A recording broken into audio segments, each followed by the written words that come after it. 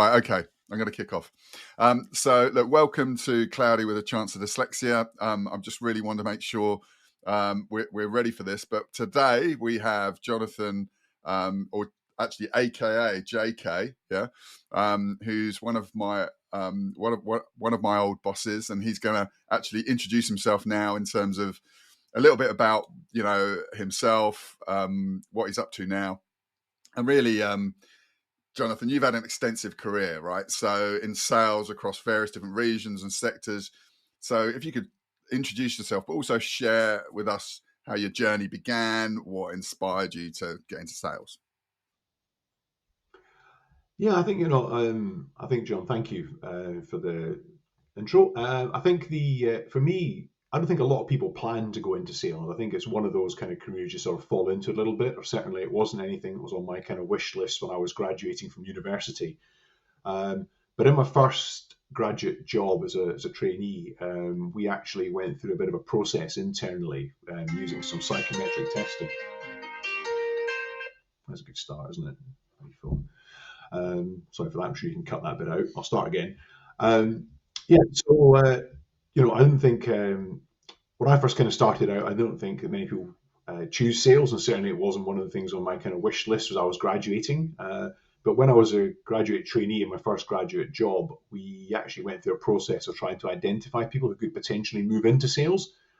So there was some kind of psychometric testing, and I kind of came out as somebody who they felt, according to their test, would be a kind of natural fit for sales.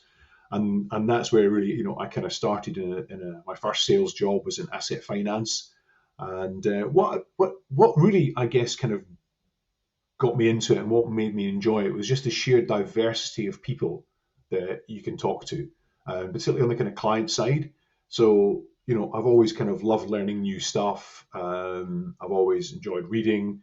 And I think the opportunity to really go out, visit a lot of clients, and I think particularly when you're in asset finance, you're kind of selling finance, and you have to know they can pay you back, right? So you end up with quite a good understanding of their overall business and cash flow and how different companies that you wouldn't normally know about actually make money. So that really, for me, I found super interesting. So, for example, I kind of know stuff about live bird handling systems that I would never have known about. But, I financed a deal for a company back in the day called Grampian Food Group, who are basically the UK's biggest producer of chickens for supermarkets. And, you learn so much stuff from there, going around factories and just seeing how people and businesses operate. And that's really, I guess, what got me started. And I've enjoyed it since, and that's what I enjoy. I enjoy people, basically. That's actually interesting, JK, because I remember a couple of sales visits that I had that stuck out. One was the Walls ice cream factory up in Gloucestershire that I was an account manager for, which was fantastic, to the point of which I used to bring an ice bucket with me to go and when I went to see them, to collect some magnums to take home.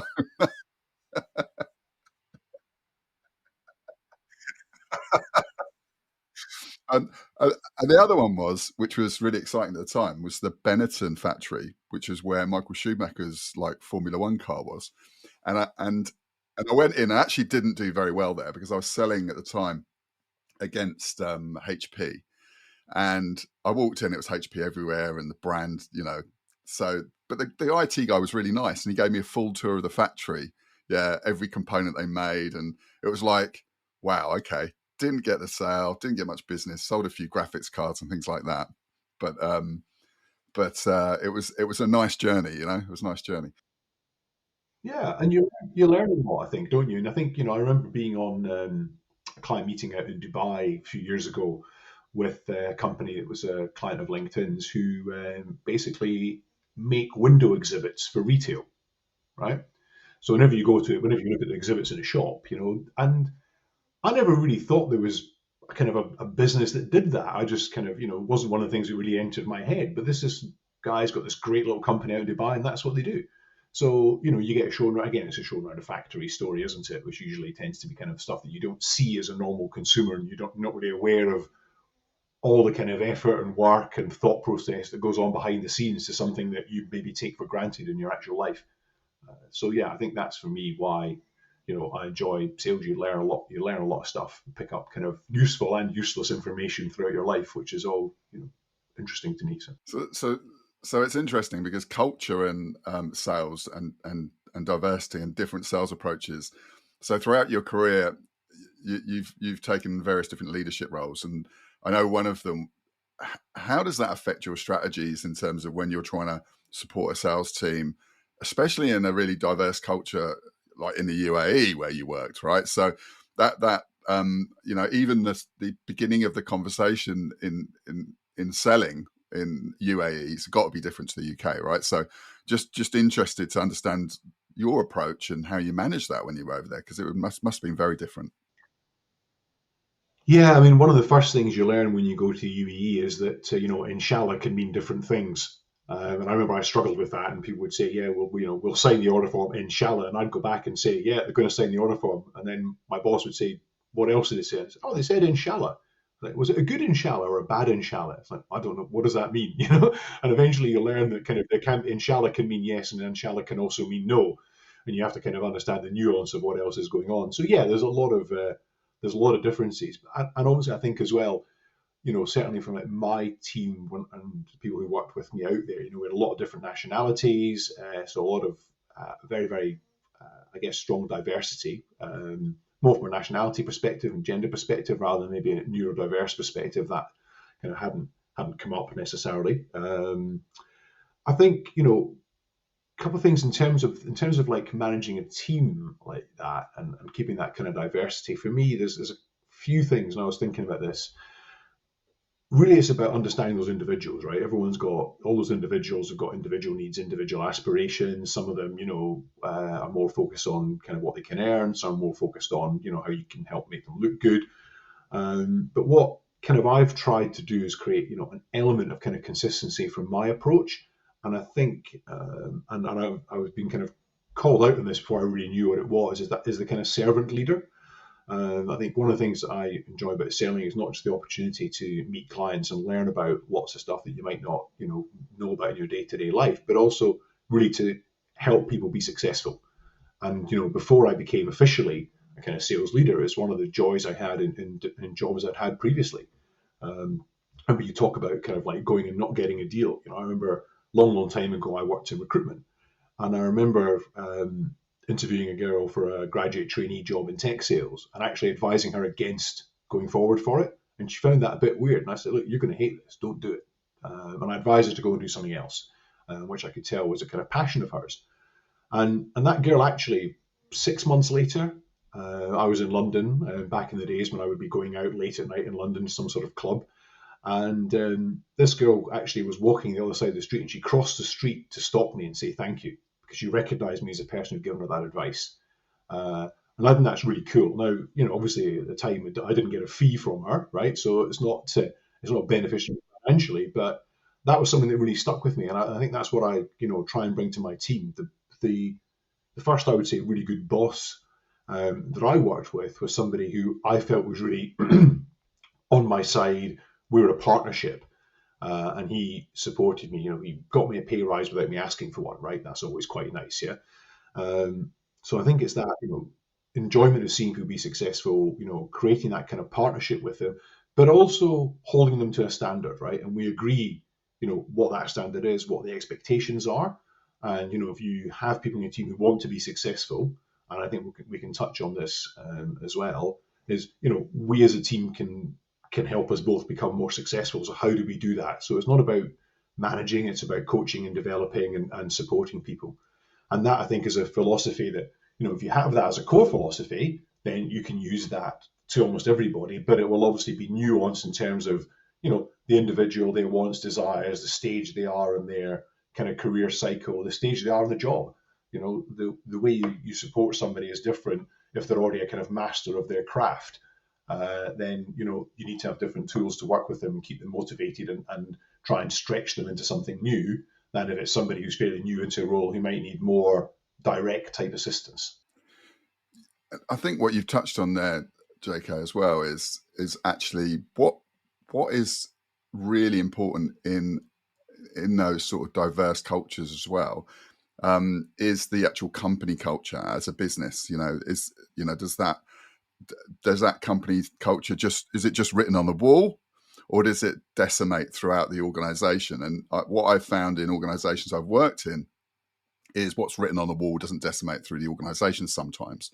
Now, that's not a bad thing. It's just, your responsibility as a leader is to take what those things that are written on the wall and try and drive that, whatever, drive your own culture. And I think one thing you always did, JK, with working with you is you took all that was written on the wall, but you also had your, you dig in as a team, it was together as one. Yeah. And I really like that. So, just a bit of feedback. I thought your leadership was great. You probably wouldn't be on this call otherwise, JK, if I didn't. But yeah. So as sort of you experienced in LinkedIn and Pluralsight, and you've been at the forefront of selling technology-based solutions. How did you see sales evolving? Particularly in the tech industry and in emerging technologies, like how do you see things like AI and cloud coming in? Because we sort of look at technology helping a salesperson, but then there's also there's pluses and minuses in terms of those sales skills you're trying to develop, right? And I'd like to see your thoughts on that and how you've seen that in other businesses you've worked in, how it's helped and how it hasn't. I mean, I love LinkedIn, by the way. I think LinkedIn's a great tool, to be honest. It's a great tool, and obviously I spent 9 years there, so I'm still a strong advocate for the platform and the business. I think touching back just before you go into that, just touching back on that kind of culture piece, I think that is really important. Certainly, LinkedIn was very, very strong in the culture, and it was used, I think, properly, if you see what I mean. So the words weren't just on the wall; they were kind of in meetings, in conversations as well. You could hold people accountable to the culture. But that was supported from the very, very top.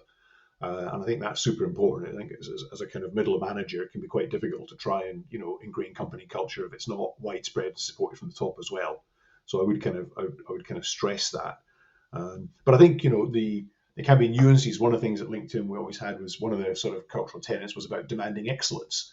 And actually that then evolved to inspiring excellence, because the demanding excellence potentially leaves a little kind of route for, I expect you to work till 10 o'clock because that's excellence, which maybe isn't quite, the way it's meant to kind of come across, right? If I can inspire you to work till 10 o'clock and, do a bit extra, then that's a kind of different story. But in terms of, I suppose, your actual question and how, sales has changed from a technology perspective, I think there's two bits of that, really. First of all, it's been, super helpful. And when I started out, we'd send things by fax, right? And obviously that is a very clunky mechanism compared to something like email, right? So, when you really go back and you look at,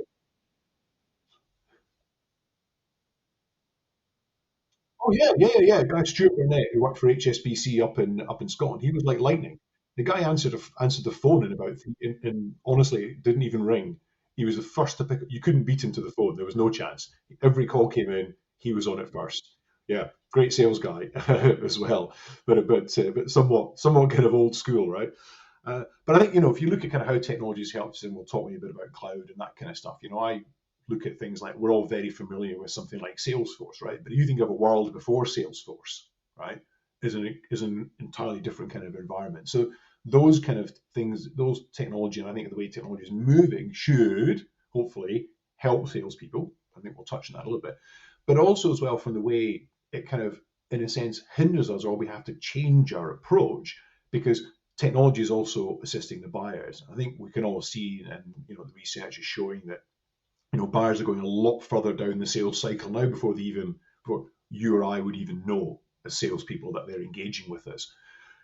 So there's also a lot of technology out there trying to help us to try and understand, who's investigating different words on platforms, etc., so we can start to gauge interest early. But I think that's something that hinders us in the older sales approach doesn't quite work, because you're only going to get, I think it was out of about 100. If a company spends like 100 hours doing research on a particular project where they're looking to buy some technology, only about 11 of those hours are actually spent with salespeople, right? And that's probably 3 or 4 different companies. So you've only maybe got 2 hours or 3 hours out of 100 hours that organization is spending. So, you can't go into conversations now with that kind of, old approach of, telling about your business, what's going on, what keeps you up at night, those kind of conversations. So that's, I think, how, we as sales professionals have to kind of evolve with that. And it does make our job, potentially more demanding. We've got to make impact in a much smaller time. But in terms of, different tools coming in, AI particularly, hopefully, and just other mechanisms for collating data for us and helping us should hopefully, I would look for it to take away a lot of the kind of more boring stuff we get involved with, and that's what I think is going to would be super helpful, so that we can focus on the kind of stuff that we're getting paid to do. I often think, going back, how much time salespeople spent on admin type tasks. It's like you're paying someone 200 grand a year to do admin. That doesn't make any sense to me, right? So the more that can be taken away. I don't know many salespeople who are good at admin, right? It's not usually their kind of natural state of play. So anything that can happen that kind of takes that away and allows us to kind of concentrate on the stuff that we're both good at and find enjoyable is, gets a big thumbs up from me. Yeah, I mean, JK, I spent probably the last year playing with Chat GPT, and it's incredible the amount of paperwork it will take away. And the fact you can chat to it as well, you can set it up on your phone, you can set specific criteria that you're interested in, like a process you're going through, or you want to learn about something, and you can talk to it. I said you can sit in the bath and chat to it. It's got to that level where it's intelligent. Yeah. Well, that's yeah. I'll cut that bit maybe, maybe not. But you can use it very much down to your own persona, and this is where it really helps to, I suppose, take us on to the next conversation around, one of the common challenges in dyslexia is that ability to summarize quickly for a sales process. It just makes that so much easier. So it takes a lot of the challenges that people who have dyslexia away almost immediately overnight. Yeah, and it's just all these companies that are driving it, like with Made by Dyslexia and people like that are really sort of suggesting this is a new skill for the next century. I think they're bang on, and there's been a lot of research done recently around the recognition of this as a skill now, because a lot of what you do as a dyslexic person is you can see around corners, and that's why you find a lot of salespeople are dyslexic, and most of them won't say they're dyslexic, right? Because they because it costs £700 to get diagnosed for a start, right? So there's a blocker there for anybody below a certain pyramid. Yeah, exactly. So some of the things that I'm looking to do, my long-term goal really, is to remove that barrier completely, because I don't think it needs to be there anymore. And actually, we can go on in terms of how the workplace handles it today and how the workplace can handle it tomorrow. And I know how the workplace handles it today, and it's good. They're making strides, and it's about how you can start putting in things now that just makes it easier for you as a manager, right? And as a company to handle it, because I think sometimes it's like a slowdown for you. Oh, hang on, we've got to handle this guy, right? So what we want to try and do is say, actually, you don't need to worry about it. There's things in place now. It's no longer a barrier. Yeah, it's just actually a positive, because this guy can do this, this, and this. Whereas, so yeah, I'd like to get your view on that anyway, JK. So, in terms of, I think your awareness of the topic to some extent. Yeah, okay, John. And I think it's really interesting you talk about people don't mention it much, right? And I think there is I don't think so much nowadays. I think maybe, historically there'd have been a bit of a stigma, and people would have kind of tried and kept quiet about anything like that, or maybe wouldn't have known they had it, right? There is a kind of I think you go back 40 years, they wouldn't have thought John was dyslexic. They might have just thought he wasn't very good at English at school, right? And that was, it's I guess, thankfully, the world has changed. People are more kind of cognizant of the fact that, we talk about diversity, and generically we're talking about, ethnic diversity, gender diversity, but also, there's increasingly more conversations about neurodiversity as well, right? And why, it's advantageous to have a diverse team, because you get diverse thoughts. There's no point in having, all the same people. I remember that being pushed at LinkedIn when Mike Gamson was CRO there. He was a great leader, and he said at one point, so I sat around the room and realized I was with a bunch of 45-year-old white guys, and this can't be, our business is not that, our clients are not that. So how do we, we have to think of that from a leadership perspective. If we're not replicating that at the very top table, then how do we expect our people to replicate that across the business? And we want that diversity of thought. I think for me, the kind of dyslexia thing particularly was very kind of hot topic when I worked at SHL, because SHL's primary business was psychometric testing, right? So, we'd be running programs for big blue chip companies for their graduate entries, and clearly they would have people coming to them who had, various neurodiversity kind of challenges, dyslexia being a key one. So as one of our kind of duties as salespeople, and it wasn't one we enjoyed, was being the duty consultant. So we'd have to kind of like man the hot phone as people would call in and go, right, I've got this issue, I've got someone with dyspraxia. What adjustments do I need to make to help give them, a level playing field against other candidates who are coming through the process? And and that was obviously super important, and very good thing to have that. What I then kind of was never really aware of is how, as a leader in the business, do you then take that on, right? And I do think actually organizations have always had this. They're not very good at learning a lot of stuff through interview process and then actually applying it when someone joins the company. If you think about when you go through the interview process, there's, okay, so we know that John's got dyslexia, he's good at this, he's not so good at that, here's development areas, this is what we want to work on. But does that actually land on a manager's desk? Or do we just kind of come in there on day one and go, right, let's kick on and treat John like we treat everybody else, and then 6 months later say, oh, well, this isn't really working out, what do we do differently? And it's possibly information you maybe knew before you even started, right?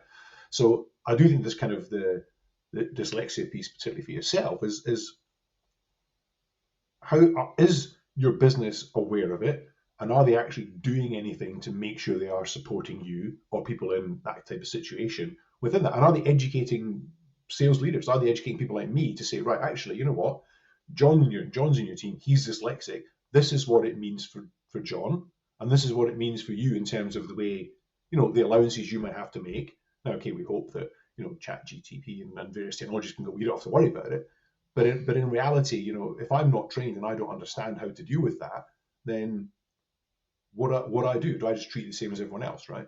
So I think that for me is really important from an education perspective. It's all very well, you being able to say, right, I have this, and you can tell me, but how am I being supported by the business, broadly speaking, to be educated to know how to actually help you with that, and know you've got it in the first place, right? Because you see, if you keep it quiet, if I don't know you've got it, or any other issue anyone else might have, then potentially I'm going to get frustrated because you're working in a different way, and it doesn't necessarily meet the expectations that I've got. Yeah. I mean, in terms of the market and how it's perceived, and perception and reality are always two different things, as you know, JK. I'll give you an example. My daughter she got a first class honours degree, but they found out that she was dyslexic because when she was in her first year of doing a degree, and they helped her. Yeah.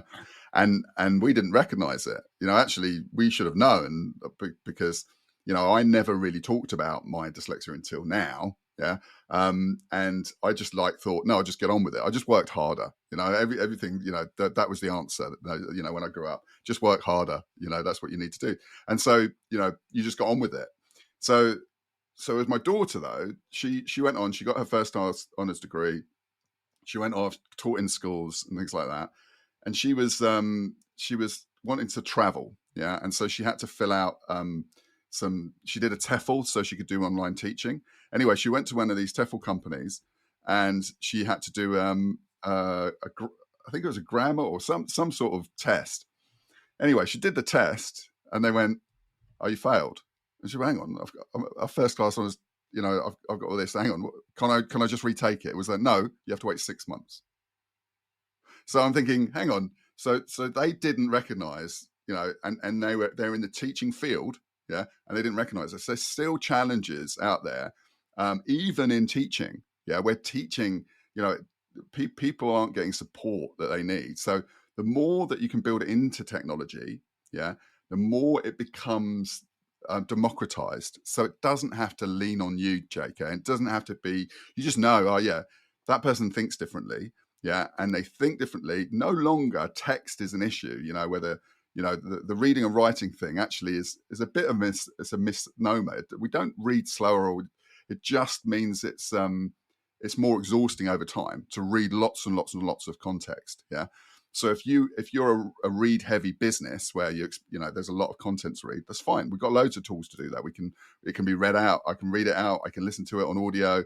I can watch videos. There's loads of ways to coping with that. And if you're dyslexic, you overcome that. So it's no problem. Learning is not a problem for somebody's dyslexic. It's not really a learning difficulty. It's just, a little bit more in terms of how you take your information and you send it to another person. So when I send an email, you might notice that I've missed a word out. Right now, that wasn't intended. Yeah. But what I can do now, I've got all these tools, and you'll think, oh, that's a bit rude. He hasn't even checked it. Well, I've checked it with all the tools, but my visualization might have caught that thing. Yeah. And you'd see it straight away, So yeah, so couple things there, John. First of all, that piece is what I mean about, I guess, other people in the business, your manager, whoever, understanding that. So we don't look at this word thing, oh, the guy can't write an email. What's he doing with his clients? Kind of scenario, and start to question ability, right? So that's kind of the first piece. The second piece is on your daughter's one, they should be asking that kind of question, first of all. If you're running those kind of assessments, you should be asking if people need allowances. It's one of the, this is going back quite a long time, 15 years ago, whatever it is, was trained with the British Psychological Society, and level A training teaches you how to run ability tests, such as verbal reasoning tests, right? And one of the things it teaches you is to make sure you're making allowances for people who need allowances for that kind of stuff. Well, it's interesting. That's interesting too, JK. So I'll give you another perspective, right? I never use allowances, right? Never have, no, never will. And there's a reason for it, because I want to be on the same level as somebody else, right? So even though I could go that route, it's a painful route for me, because I was 15 when I was diagnosed, right? So 15 years old, and it was like a no. You don't mention it. This is not something you talk about. You get 5 minutes in GCSEs, you're done. That's 5 minutes extra to check your spelling, things like that. That was it. So that's fine. That's fine. That was the way it was. And just never brought it up at interview, because immediately the mindset at the time would have been, well, you can't read and write, or you can't spell, or you can't do anything. Just took me a bit longer. I just worked harder than everybody else, and I hoped to make phone calls and talk to people more. Good. That's what people should be doing. It's not, a sales job. I like that, right? It's not just about sending out 1,000 emails, is it? So exactly.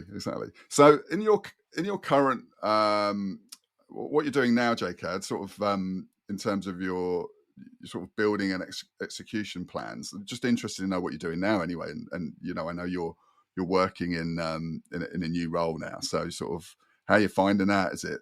yeah, it's an interesting one. So I managed to get some time off last year, which was nice. I was hoping to improve my golf, which I did a little bit, but not as much as I would have liked. I think trying to change a 13-year-old.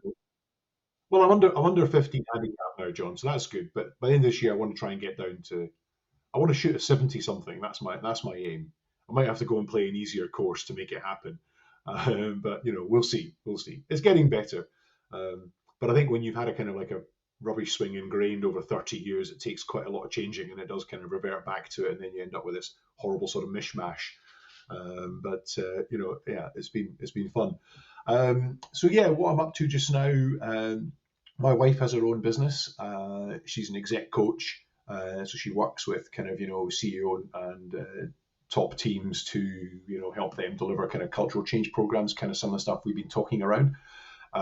Particularly around things like psychological safety, and really trying to create, I guess, high performing teams, which is, we've talked about before, requires, good communication between individuals in those teams, right? And not mentioning that you're dyslexic, for example, right? Would be a bad example of that. And so what I've done is kind of officially join her and our colleagues. It's only a part-time role. It should be quite interesting to kind of sales manage my wife and our friends. Should be fun. I think it won't be a kind of standard sales management approach, a little bit more delicate potentially. And but yeah, she's got this great little business called Collaboration Equation. They've done a lot of great work, and I think I'm probably allowed to say that they're not the most natural salespeople. Probably, I think, as a lot of kind of consultants, they really enjoy doing the work. They're a bit less inclined to kind of ask for business, and they don't really know kind of what sales is. So it's really early days. We're just starting to kind of shape, okay, what would the go-to-market look like? What's your ideal customer? How do you identify them? How are you going to go and find them?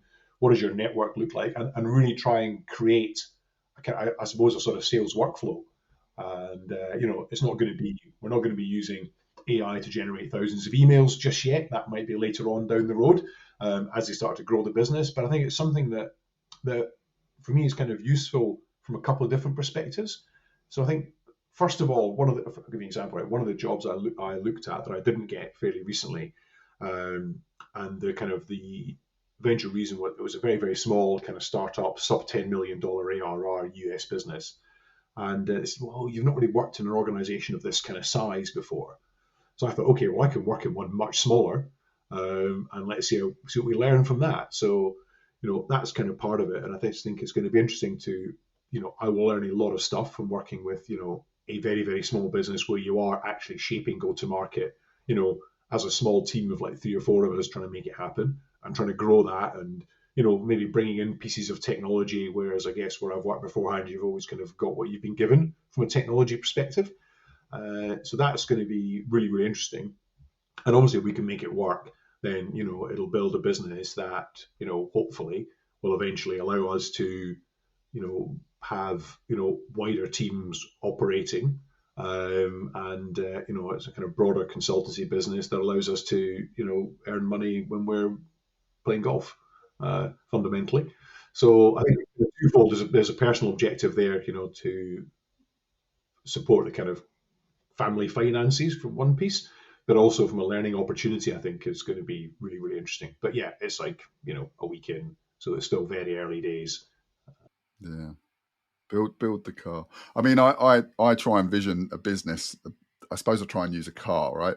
So if you build the car, right, and you build it from scratch, it's going to be really challenging, right? But you use components that are already out there, and you put them in, and you've already got your construct of how a successful sales team can be built, right? So you've already done that historically, haven't you? So and I guess what you want to build the business to the point where you just throw the keys back to somebody you can run that now. That's perfect. You can't mess that up. Yeah. I think kind of like, well, some of these kind of programs that the team would run is very much, we talked about this from a kind of culture change perspective, right? If you want to create business culture, it has to work from the top down. Yeah.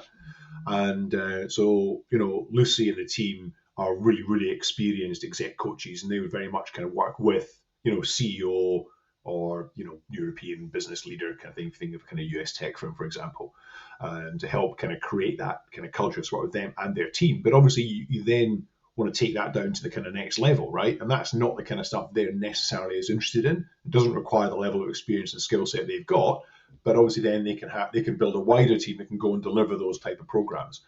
And that's really that's the vision of where we see that business kind of going to.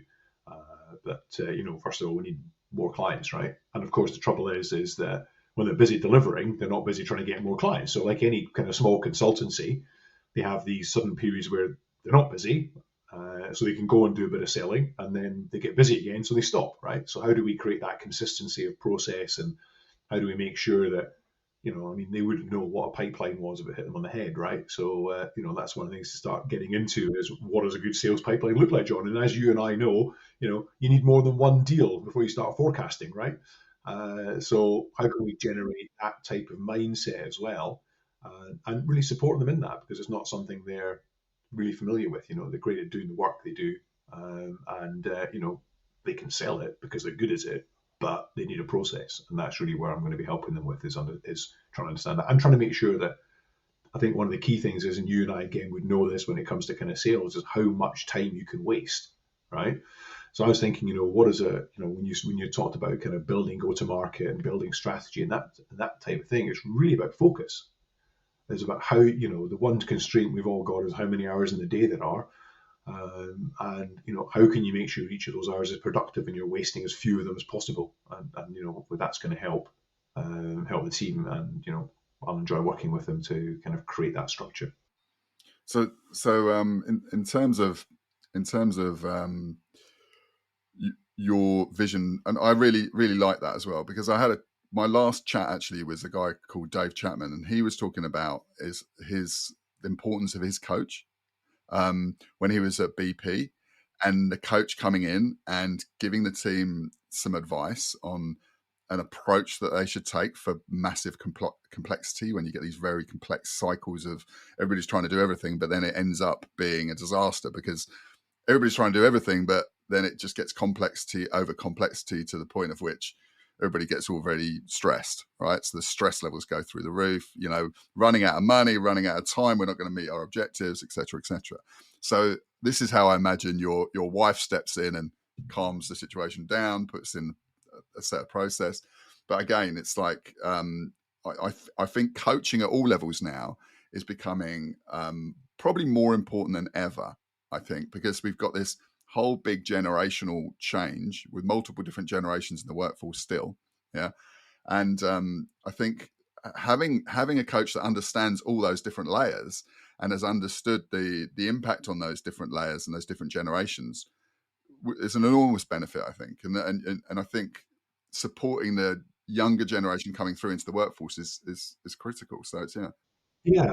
I think in a sense, I challenge you a little bit on that, John, because I think what you're kind of describing somewhat is maybe more kind of like a mentoring type, consultancy type approach. Whereas I think if you look at where coaches would support is more about enabling you, right? So if I take it, and this is nothing like the kind of level that Lucy and her colleagues operate at, right? But one of the things I've always really, really tried to do, and it's possibly because my wife is a coach, right, is to take a coaching approach to sales management. Does she coach you then, JK?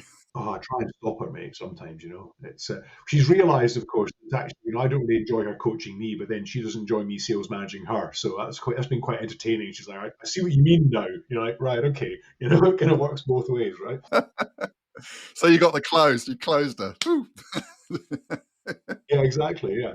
So, but I think so for me, the thing about coaching is about enabling people, right, to come up with answers themselves. Because often, and it does depend. They always say, don't coach somebody out of a burning building, right? Just tell them to get out, and there's the exit. Yeah. But when you're dealing with salespeople, for me, there's this. It's the old, you give a man a fish or teach a man or teach them to actually fish themselves, right? If you think about it from a sales manager perspective, one of the things I would do is if you came to me with a problem, I would always try and get you to come up with a solution rather than me tell you the answer, right? If I tell you the answer, you're just going to keep coming back and asking me. Yeah. If I get you to get to the answer yourself, then you'll remember it and you'll be able to go and apply it. And I think, that for me is the name to take that thought process. So certainly from my level, again, we'd use the GROW model, right? Goal, reality, options, will. So what are you trying to achieve? Where are you currently at? What are the different options? And now what are you going to do? But coaching from a sales leadership perspective is not always signposted. And I was always one of the challenges we had at LinkedIn was people would say, oh, we were never coached. And it's like, well, you're getting coached every day. Because when you come to me and say, JK, what shall I do about this? And I turn around and go, well, what do you think you should do? And then you go, well, I think I should phone this guy because he's involved and he knows them. He can maybe give them an insight. Go, okay, great, go and do that. That's coaching, right? It's just a micro level. It's not a signposted. We have a 1 hour, every 2 weeks for coaching. That's not what it's about. It's more about a mindset. And one of the things that I've tried to do, and it's kind of a bit easier in the office, and there's that level of kind of communication that is when you're remote, and that's maybe one of the challenges we haven't kind of touched on in terms of building a kind of sales culture when everyone sits at home. Is to encourage other people to do that as well. So it's ask, don't tell, right? Ask the question, don't just give somebody the answer. Now, sometimes you need to because they might just not know, right? But if you get people to learn themselves, then they'll remember it and they'll become better. And as a sales manager, your job becomes easier because you're not just answering questions all the time. You're enabling your team to deal with it themselves. There's a couple of books I look back at, JK, and one I've always go back to and open up again and again because I'm never there with it. Is The 7 Habits of Highly Effective People. It's such a great framework to keep reminding yourself of and going back and sort of going sharpen the saw, or it's something I'll put it at the footnote of this. Absolutely one that I'd recommend for any salesperson, even though people go to sales books. In terms of creating your own personal culture and driving yourself forward, that's just a great book to have a framework. Have you ever come across it, JK? I don't know whether I just like it as a book myself, but years ago, I haven't looked at it recently. But there's a lot of the what was the one? I'm terrible for remembering names of books. It's probably not one that's behind me now. The one that you talked about the kind of micro habits. Oh yeah. Atomic Habits by James Clear. It's exceptional book. Yeah, little tiny micro changes every day. Yeah. Yeah. I mean, it's a 1% improvement, and it goes back to, I think it was Adrian Moorhouse who runs. He had his kind of lane four, who talked about kind of improvements, and he said, "I want to win a gold medal," and they go, "Well, you need to be 4 seconds faster. You're miles off a gold medal." And he's like, "Well, I've got 4 years. There's 1 second a year, right? You break it down. Surely that's achievable, right?" And that's the thing. One of the things to talk about is what makes great salespeople or great business people. Full stop. Are people who are looking at kind of how can they just do little things better all the time that are going to make them a bit more effective as a human being. What do you want to be, and what is that? And that's the Atomic Habits, isn't it? Is what do you want to be, and is the thing you're doing making you be that person? I want to be someone who's fit and healthy. Right? When did you last go to the gym? Okay. Does that say you're that sort of person? Right? You're absolutely right. Identity is such a large part of it. When you pick your identity, like JK, you want to be a golfer, and you've already said, like, I want to be playing scratch, right? Now that is now you are a golfer. Well, that's that's thinking of. But you are a golfer now, and so what Atomic Habits talks about is visualizing the person you want to be. And so I want to be a great golfer, and when I speak to people, when I talk to people, I'm going to tell them I'm a golfer, and they're going to say, "How good are you?" Right? Well, I'm 15 handicap, which is I think you've done very well, JK. So I think you're being hard on yourself, but that's me, because my golf is probably It's gone up a bit over the winter, John. Dodgy conditions in the winter. It'll come down in the summer. yeah. But it's every day then. With being a golfer, right? If I spend 15 minutes getting better every day, even if it's just a putt or it's this or that, that it's a multiplier. It's a multiplier every day. I get slightly better every day. It's when people don't practice. When, like me, when I turn up on the tee and I say, "Yeah, I haven't played since last August," it's probably true. Yeah, and it's not going to be pretty, is it? So look, this has been really nice, JK, and I just wanted to say I really appreciate you coming on. It's really been insightful. Learn about. I personally, my story to you really is when I was working on that significant wealth management deal. I've just sort of thought back of how you coached me through that deal now, because it's strange when you're there, you don't notice it because it's so subtle the way you coach. But I realize now that I couldn't have done it without your coaching, but I couldn't quite put my finger on it until you raised that. Now I'm thinking, yeah, JK saw me through that, because you were there every day going, "Yeah, we need to get on top of this, John." And like, it was like, coach, where are we getting to? And it was, yeah. And really, sales is a team sport, isn't it? Right. You have to use all your audience and all the people in your organization, and you need to understand their organization better than they do if you really want to get the big ones. And that was a great one to win. 100%. Yeah, you're absolutely right on the team sport piece. I think there's a couple of things actually, just to kind of before we finish. It's funny you say about you didn't notice the coaching. One of the things we had at LinkedIn was we kept doing these like quarterly kind of employee surveys, and it always came up going, "We're not being coached, we're not being coached." And as managers going, "We're coaching these guys all the time." And eventually HR said, "You have to signpost it." You literally, so someone would say, "What do you think I should do? I've got this deal." And we go, "Okay, well, what options have you got? What are you trying to get to?" And they'd answer it all, and they get to the end of it, and they go, "Right, I'm going to go and do this." And you go, "By the way, that was coaching." I'm like, "Oh, was it?" "Yes. Yes, it was." So next time you get asked in the quality survey, put down you've been coached, because I'm getting into trouble here because apparently we're not coaching you. And it's only because, as you say, you're being, it feels like a conversation. And I remember being trained, this is a long time ago, in interviewing people. And one of my colleagues, I was quite new, I worked at Michael Page a long time ago. One of my colleagues at the time said, "JK's the best interviewer we've got." And I asked him, "Well, how?" He goes, "Because he gets everything, but it just sounds like a conversation.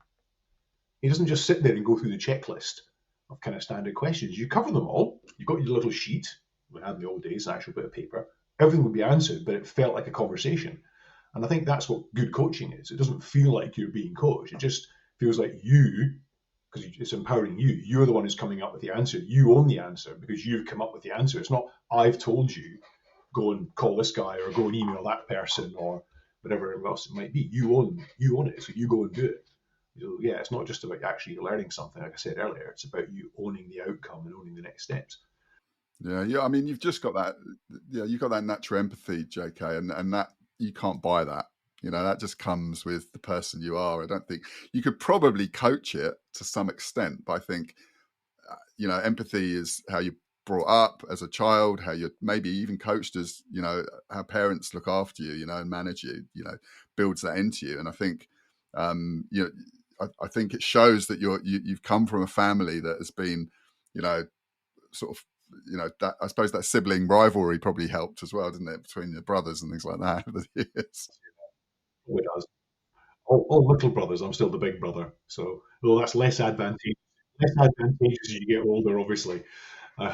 So, but yeah, I think it's one of the things we talk about, kind of what and what makes a good salesperson, right, or what helps. And I think a natural curiosity is something that helps. A kind of maybe there's a natural empathy to actually caring about what the person on the other side of the table or sitting next to you wants to try and do, and how you can help them do that. And that applies to people in your team or to clients, right? Because ultimately, if you think about it, if a client is buying something from us, that's still a human being making a decision, right? And there's going to be some risk attached to them as an individual. And so, you as a salesperson are beholden to help them, right? And that would certainly be my view. I know there's a lot out there who would go, take the money and run. Not, but I've, never done that, and I would hope that none of my clients would ever think I'd done that, because I don't believe that's just the right thing to do, fundamentally. So maybe it's just part of my own values, which say that I want to help. I can help people. I can help my clients, and I can help people in my team, and that makes the world a better place and makes me feel good about myself. So it's a bit selfish from that perspective. But that's one of the things you'd want to see if you're looking at who. If I'm looking at hiring a salesperson, right, what are the kind of things and what are the things I would look for? And I've seen people who have these kind of traits be successful. One of them really is the ability to be coached, right? Is to be self-aware enough to think that, to realize they're not always right. That willingness to seek feedback, proactively seek feedback, actually. Because not all managers will be great at giving you it. Giving feedback is not an easy thing to do, particularly negative feedback, right? A lot of people just go, well, that's a bit of an awkward conversation. Let's not bother, right? Because it's a bit difficult. So, you have to learn as a manager to have difficult conversations with people. It's not always easy. But I think, if you've got that willingness to seek feedback, that drive and effort that you talked about, and then I would think that one other thing I've found that really sets out great salespeople is planning, actually. And I remember again at SHL, we looked at some analytics around OPQ, which is 32 dimensions of personality, and we linked that to sales performance. And out of those 32 dimensions, one of them, planning and organizing, was the most powerful in terms of personality traits that go into sales. And I've seen that with people who are just on top of their stuff. That makes sense, yeah? So they come to meetings prepped, they come to meetings on time. When they go into client meetings, they've done silly little things, John. Like it's a bit sales 101, right? But one of the things I've always tried to know is, okay, if we've got a client meeting, right, and it's an important meeting all the time, we do a dry run, and we don't do the dry run in the morning. We do the dry run 2 days beforehand, because if something's wrong, we need time to fix it, right? After we've had the meeting, we do a review, put it in the diary, yeah. But if you don't put it in the diary, it doesn't happen. Again, before I even was at SHL, I worked for a company called TMI, a time manager. They used to compete with Filofax back in the day, right? It's all about managing your time. And one of the things they would talk about is put stuff in there, yeah? Put lunch in your diary, because otherwise, if you've got to do prep for a meeting, put it in the diary. Have it in there so you can see, because what happens is stuff happens that stops you if it's not actually there. And that for me is really important. I've seen so many times salespeople go into meetings late, underprepared, and it's sales 101, right? You're not going to succeed if you're not organized. So yeah, those three things really at a very key level is, be organized. I'm not naturally an organized person. I did the same as you. I just threw time at the problem. You get into the office at 7 o'clock in the morning, you've got 2 hours to get organized before the phones start going, or, Stuart always answered them, obviously. I didn't have to do that because I had my other sales colleague, receptionist. But yeah, that's you deal with it. on the organisation, I've been prepping for an interview, and I've got a spreadsheet open that is basically worked out my 30, 60, 90 day plan for when I start. I've worked out everything like I need to get going, and I haven't got the job yet, right? But the thing is, my mindset is all ready to go, and I think it's important when you're going for something that you consider all these factors, because when you start, the gun goes off. If you're not prepared, you're not going to get anywhere, are you? So, my attitude towards preparation is always be prepared for, and then even if you don't get everything, you've got some of it done, right? You've got some of that work done, and you've started that process. So, and it gives you the right mindset as well for success, right? So look, JK, I'm checking the time. Are you still good? Because we're 51 minutes in. Are you still? Still good, yeah. I'm just, and talk that kind of 30, 60, 90. I remember asking that question in an interview to a girl I hired in Dubai called Laura. And I said, okay, what would, if you did a 30, 60, 90, what kind of stuff would you put on it? And she actually brought it out and said, I've done one, here it is. And I was like, okay, that says to me somebody who's on top of their stuff. And she was, and she was great, really, really successful because she was always on top of her stuff.